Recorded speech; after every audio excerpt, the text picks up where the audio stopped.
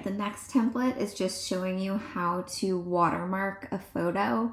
This is a simple one, but it's also probably one of the most important templates you'll have, just to make sure that your watermark is in the exact same spot every time you post.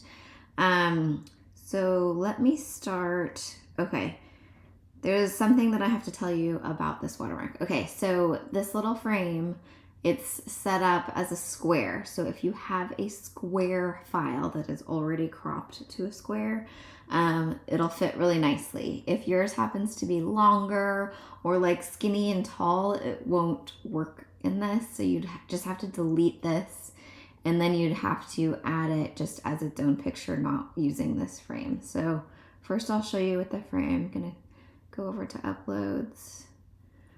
Let's see. I think I'm gonna use, let me see what I used here.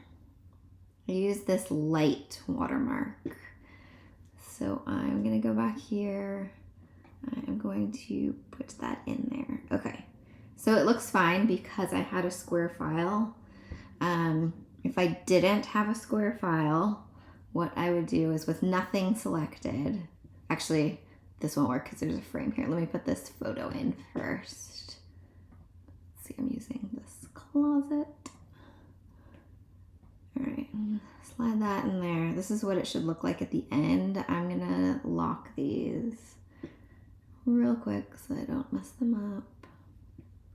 You don't always have to do this. I just, with frames, sometimes they're a little quirky. Okay, so let's say I didn't have a square file and I just needed to add whatever logo file I had. I would just click that. It would bring it in. I'd probably make it smaller. Let's say I want it to be 50 pixels tall. That's gonna be my designated size. I'm just gonna put it on this side just so you can see. But let's say I just place it there. So then this would then be, oh, I need to move this to the corner.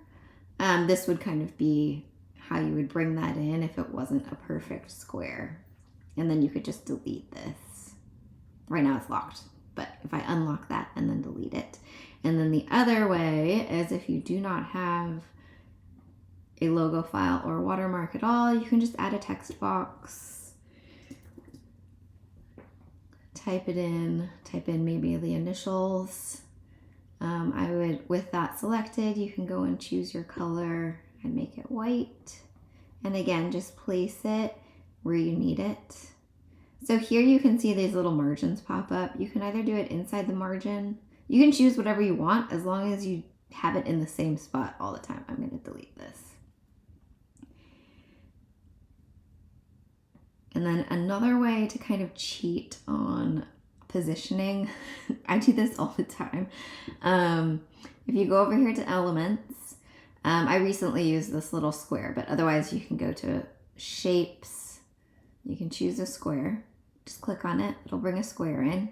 And let's say I want this in the bottom, like 75 pixels from the right and bottom corner. So I would make this 75 by 75.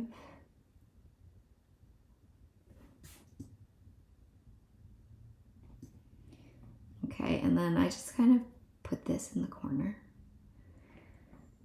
And then I line it up with that little box.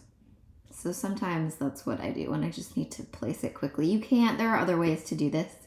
That's the fastest for me. And then don't forget to delete your little measuring box.